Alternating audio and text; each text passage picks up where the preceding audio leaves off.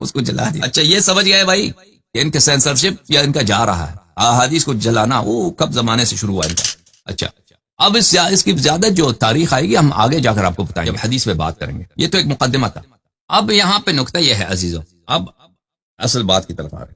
وہ کیا ہے؟ رسول پاک صلی اللہ علیہ وآلہ وسلم تبوک سے واپس آ رہے تھے تو صحابہ میں سے کچھ لوگوں نے ان کو قتل کرنے کی کوشش کی، جس میں عمار ابن یاسر سے پوچھا گیا آپ جو علی کا ساتھ دے رہے ہیں، سے فرمایا تھا صلی اللہ علیہ وسلم، آپ نے فرمایا رسول اللہ صلی اللہ علیہ وسلم نے ہم سے کوئی ایسا عہد نہیں لیا تھا اس معاملے میں سوائے اس ایک عہد کے جو حذیفہ ابن یمان کو آپ نے بتایا تھا کہ میرے اصحاب میں 12 منافق ہیں. مرزا جی نے پڑھی 7036 کے اندر الفاظ ہیں، جسے کہ سمجھو ذرا بات کو کہ 7035 میں فی اصحابی اسنا عشرہ منافقن، میرے صحابہ میں 12 منافق ہیں. تو صحابی سے مراد کیا ہے؟ میں نے معرفت الصحابہ و اہل بیت سیریز پارٹ 1 52 میں یہ بات بتائی تھی کہ صحابی لغتاً ہر اس شخص کو کہا جاتا ہے جو کسی فرد سے کسی تحریک کی بابت منسلک ہو، کسی ادارے سے کسی وجہ سے منسلک ہو. لفظ صحابہ کا اطلاق اس پر بھی ہو جاتا ہے، جس کی سب سے بڑی مثال قرآن میں آتا ہے اصحاب الجنہ، قرآن میں آتا ہے اصحاب الجہنم، جنت والے جہنم والے اصحاب. تو یہاں مراد کیا ہوگا؟ مرزا جی سے پوچھو مرزا جی اس سے مراد کیا ہے؟ اللہ کے رسول کے صحابہ؟ تو نہیں نا، سمجھے ہیں یا نہیں؟ میں نے وہ صحابی کسے کہتے ہیں پوری اس کی وضاحت دلائل کے ساتھ دی ہے کہ صحابی کے کیا کیا معنی ہو سکتے ہیں. اور سنو یہاں پر اصحابی فی اصحابی اسنا عشرہ منافقن، یہ اصطلاحاً اللہ کے رسول اپنے صحابہ کے لیے نہیں کہہ رہے، بلکہ اس سے مراد لغتاً وہ جو کسی سے امت اپنے نبی کی طرف منسوب ہوتی ہے، منسلک ہوتی ہے. اور دیکھو ذرا مرزا جی نے 7035 پڑھی، 7036 پڑھتے تو یہ جو ہم بات کر رہے ہیں بالکل بات ہو جاتی، کیونکہ 7036 میں یہ الفاظ ہیں کہ یہ دیکھو فی امتی فی امتشرا منافقن فی امتی اسنا عشرہ منافقن. مرزا جی بوم پھٹا، بڑے بوم گرانے یا ہائیڈروجن بوم گرائیں گے چوچو ہم پر. سنو غزوہ تبوک میں منافقین تو نکلے دیں، اور احادیث جو میں نے بھی دکھایا ان میں سے اور قرآن کی آیت سے بھی یہی ظاہر ہوتا ہے کہ یہ سینئر صحابہ ہیں جن پہ رسول پاک صلی اللہ علیہ وآلہ وسلم کا قدیم سے احسان تھا، انہوں نے نمک حرامی کی. صحیح ہے نا؟ یہ سب باتیں ثابت ہیں. اب یہ کون تھے؟ ان کا نام احادیث جلانے والے وہ چکر بھی تو ان کے ہیں، وہ بھی آپ کے ذہن میں رہے. اچھا اب یہ دیکھتے ہیں المحلى بالآثار، تصنیف ابن حزم اندلسی. یہ ابن حزم جو ہیں ان کی وفات ظاہراً سنہ 450 کے لگ بھگ 454 یا 456 اس طرح مجھے یاد پڑتا ہے. ٹھیک ہے، تو یہ بہت پرانے ہیں. اس زمانے میں تو احادیث بہت سارے ہوتے تھے نا، احادیث کے کتب، احادیث جن کو ابھی تک جلایا نہیں گیا ہے، ان کے زمانے میں تو بہت ہے. یہ یاد رکھیے کہ یہ متاخرین علماء میں سے نہیں، بہت خود قدیم علماء. المحلى بالآثار الجزء الثاني عشر، چاپ دار الکتب العلمیہ سنہ 1425 میں چھپی ہے کتاب. یہاں پہ صفحہ نمبر 156 مسئلہ نمبر 2203 کیا فرماتے ہیں؟ ومن طریق مسلم حدثنا زہیر ابن حرب، مسلم ابن حجاج نیشابوری کے طریق سے زہیر ابن حرب نے ہمارے لیے حدیث کی ہے، اس نے روایت کی ہے. اس نے کہا احمد کوفی نے ہمیں حدیث کی ہے، اور انہوں نے روایت کی ہے الولید ابن جمعی. ولید ابن جمعی میں نے دکھایا تھا مسلم میں، میں نے کہا اس کو ذہن میں رکھا. قال ابو الطفیل حدثنا ابو الطفیل نے ہمیں انبأنا حدثنا، اس نے ہمیں خبر، وہ 15 لوگ تھے. ٹھیک ہے نا، اسی حدیث کو نقل کیا. پھر آگے اگلے والے صفحے میں دو عزیزو، ایک دو صفحے کے بعد صفحہ نمبر 160 میں وہ فرماتے ہیں وَأَمَّا حَدِيثُ حُذَيْفَ سَاقِطٌ، ہم حذیفہ کیونکہ لأنه من طریق الولید ابن جمعی، کیونکہ یہ ولید ابن جمعی کے طریق سے نقل کی گئی. اچھا کیا ہوا ولید ابن جمعی میں؟ ایسی کیا بات ہے؟ ہاں نکتہ یہاں ہے، وہ حالکن، یہ بہت گناہکار شخص ہے. ولید ابن جمعی گناہکار شخص ہے، بہت فاسق آدمی ہے. ولا نراہ يعلم من وضع الحديث، ولا نراه يعلم من ولا نرى وضع الحديث، ہم نہیں جانتے. ولا نراه يعلم من وضع الحديث، ہم ہماری رائے میں اس کو پتہ نہیں تھا کہ حدیث کو کس نے وضع. ولید ابن جمعی کو پتہ نہیں تھا کہ کس نے حدیث کو، جھوٹی حدیث کو کس نے بنایا ہے. فإنه قد روى، بس بتحقیق ولید ابن جمعہ نے حدیث روایت کی ہے اخباراً بہت سارے احادیث، ان احادیث میں یہ موجود ہے فیہا ان ابا بکر کہ ابو بکر نے والطلحہ نے سعد وقاص نے ارادوا قتل النبی صلی اللہ علیہ وآلہ وسلم والقاءه من العقبۃ فی تبوک، ان لوگوں نے ابو بکر، عمر، طلحہ اور سعد بن وقاص، سعد بن مالک، انہوں نے ارادہ کیا تھا کہ نبی کریم صلی اللہ علیہ وآلہ وسلم کو قتل کر دیں اور ان کو تبوک میں پہاڑی میں سے گرا دیں۔ یہ جملہ یاد رکھیں کہ پرانے زمانے میں احادیث بہت تھی، ان احادیث کو جلایا گیا ہے، ختم کیا گیا ہے، پورا جو طریقہ کار ہے وہ صدیوں سے جاری ہے۔ لیکن کیا دے رہا ہے؟ شہادت دے رہا کہ ولید ابن جمعہ تو بڑا گناہ کار آدمی، اس کو خود بھی پتہ نہیں احادیث کو کس نے وضع کیا، کون سے احادیث؟ ہاں اس نے بہت سارے اخبار نقل کیے، ان اخبار میں اسم مذکور ہے، ان حدیث میں اسم مذکور ہے کہ ابو بکر، عمر، عثمان، طلحہ، سعد بن وقاص، ان لوگوں نے، یہی لوگ تھے جنہوں نے قتل نبی صلی اللہ علیہ وآلہ وسلم کا منصوبہ بنایا اور کوشش کی کہ ان کو پہاڑی سے گرا کے شہید۔ تو پیچھے بھی تو کسی باعزت کو چھوڑ کے جائیں نا، جو مسلمانوں کی عزت، مال، ناموس کی حفاظت کرتا ہے۔ یا علی آپ رکیے، چلو بھائی۔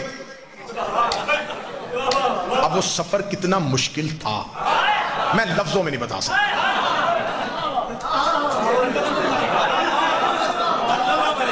بندہ کسی اس گاڑی میں بیٹھا ہو جس کا پتا ہو کہ اس کا انجن فیل ہے، تو وہ سفر ہنستے ہوئے ہوتا ہے، کوئی چپس کوک پیتے ہوئے گزرتا ہے۔ یا اللہ، یا پر وہی تھا،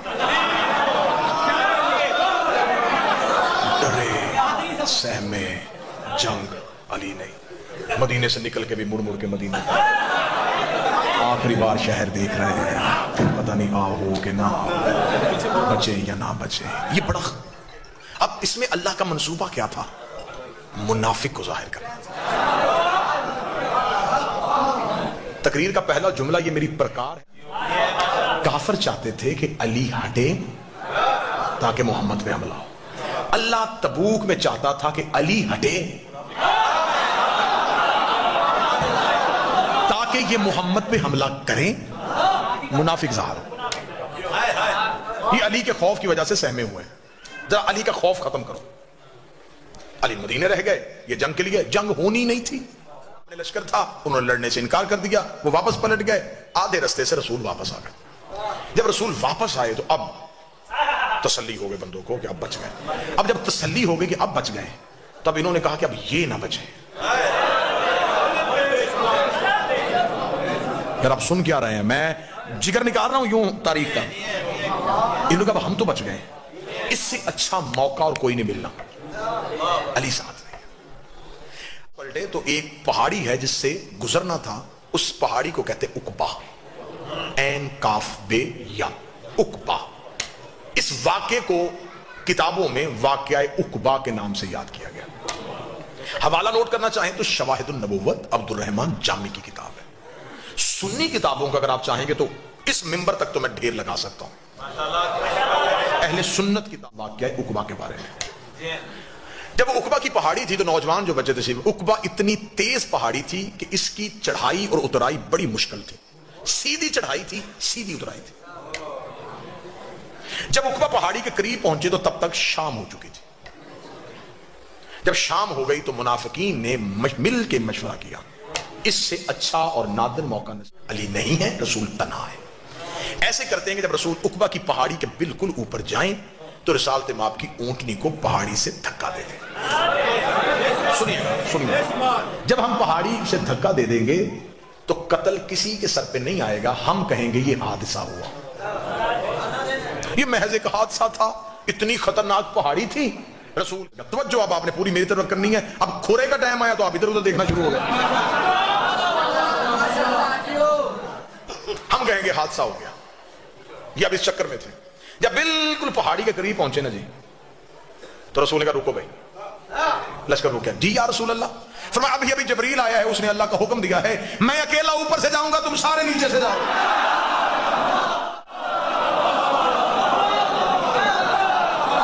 بھائی تدبیریں صرف یہ تو نہیں کر رہے تھے نا،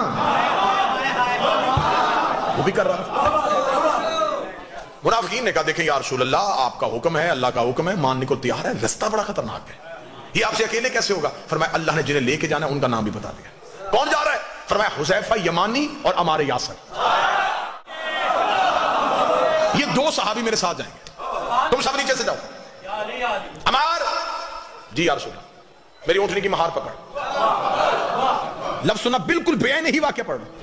رسالت میں آپ نے فرمایا کیونکہ رسول پاک اپنی سواری کے لیے چابک یا تازیانہ استعمال نہیں کرتے. رسالت میں آپ نے فرمایا حذیفہ تیرے پاس تیری سواری کا چابک ہے؟ جی یا رسول اللہ ہے. وہ نکال لا. کیوں؟ میری اونٹنی کو پیچھے سے ہانکنا. سن کے میں سہما کہ نبی تو اپنے جانور کو تازیانہ ہی نہیں مارنے دیتے, تو میرے ہاتھ میں چابک دے دیا ہے, تو میں اس سواری کو چابک کیسے ماروں گا جس پہ نبی بیٹھے ہوں گے؟ اسے کہتے ہیں صحابیت.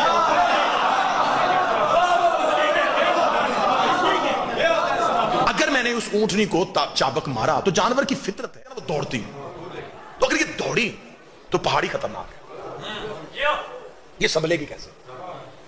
حذیفہ کہتا میں کشمکش میں مبتلا ہو گیا. سفر شروع ہوا. اللہ نے اتنا گہرا اور گھنا اندھیرا کر دیا کہ حذیفہ کہتے کہ مجھے اپنا ہاتھ بھی نظر نہیں آ رہا. خطرناک پہاڑی, اندھیرا. حذیفہ کہتا کہ جب ہم بالکل پہاڑی کے اوپر جا رہے تھے تو نبی نے رستہ بدلایا, تو اب ہم نے تدبیر نہیں بدلنی, ہم نے آج کا موقع ضائع نہیں کرنا. ہم پیچھے سے اپنے گھوڑوں کو دوڑائیں گے, پیچھے سے جا کے نبی کی اونٹنی کو دھکا دے کے ہم واپس آ جائیں گے. ہم کہیں گے نبی نے ہمیں ساتھ لے کے گئے ہی نہیں, ساتھ لے کے جاتے ہم حفاظت کر لیتے. اب تدبیر ادھر سے پلٹی گئی. دکھانے لگا ہوں کہاں سے نکل رہی ہیں. انہوں نے کہا ایسے کرتے ہیں کہ ہم پیچھے سے جائیں گے. جب بالکل انہوں نے پیچھے سے گھوڑے دوڑائے, سر پٹ گھوڑا دوڑا اوپر کی جانب. جب گھوڑا تیز رفتاری سے اوپر کی طرف دوڑ رہا تھا تیز چڑھائی پہ, رسالت میں آپ نے آواز حذیفہ جی یا رسول اللہ یہ چابک میں نے تجھے دیا ہے نا, ان کے گھوڑوں کے منہ میں مار.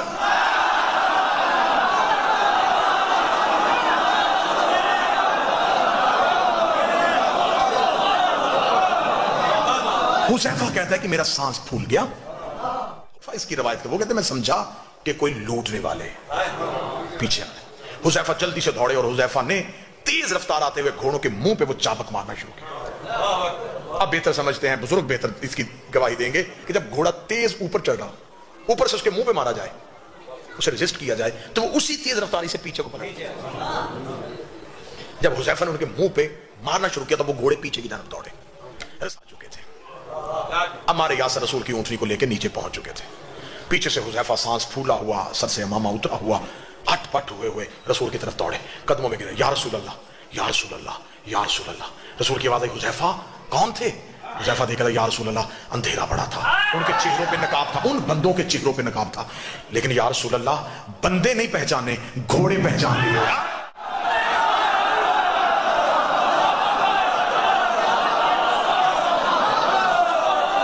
گھوڑے پہچان لیے. اب حذیفہ کہنے لگے یا رسول اللہ یہ جو, کیونکہ عربوں میں گھوڑوں کی وجہ سے پہچان بڑی آسانی سے ممکن تھی. عرب تو کیونکہ سواری ان کی گھوڑا تھی, وہ تو گھوڑا بولتا تھا تو آواز پہچان لیتے تھے کس نسل کا ہے. اس کا میں نے بندے نہیں گھوڑے پہچان لیے, یہ فلاں فلاں کی سواری. لگا رسول نے کہا خاموش. اب حکمت سننا, کھرا بالکل سر پہ پہنچ گیا ہے. اب میں نے یوں یہ رکھنا ہے اور کھرا پکڑا جانا ہے. اب میں نے دیکھنا کہ آپ چور پکڑتے کیسے ہیں. اب دیکھو گا ملتان کیسے محنت سنتا ہے. رسول نے فرمایا حذیفہ بندوں کے نام مدینے جا کے لکھے ہیں. کیوں یا رسول اللہ انہوں نے حملہ کیا. فرمایا اگر تم نے مدینے جا کے ان کے نام لکھے تو اسلام کی تبلیغ رک جائے گی. لوگ کہیں گے کل مکے سے بندے مسلمان کر کے لے کے گیا, مدینے جا کے پرانی دشمنی کی وجہ سے قتل کر دیے, پھر کلمہ نہیں پڑھے گا, اسلام یہیں پہ یہی رک جائے گا. ان کی وجہ سے میں اللہ کا دین روکنا نہیں چاہتا, میں تبلیغ مذہب کو روکنا نہیں چاہتا. انہوں نے کہا یا رسول اللہ پھر یہ بھی تو کوئی بات نہیں کہ ان کی اتنی بڑی سازش, اتنی بڑی سازش, اللہ نے نام بھی نہیں لیے, آپ بھی کسی کا نام نہیں لینے دیتے, اللہ بھی نام نہیں لے رہا, آپ بھی کسی کا نام نہیں. کیسے پتا چلے گا جو قیامت تک کے لیے لوگ آئیں گے انہیں کیسے پتا چلے گا کہ تیرے مخلص کون تھے, تیرے دشمن کون تھے؟ نبی نے کہا کیا یہ نشانی تھوڑی نہیں ہے, اگر یہ میری زندگی میں مر گئے تو میں جنازہ نہیں پڑھاؤں گا, میرے بعد مر گئے تو علی جنازہ نہیں.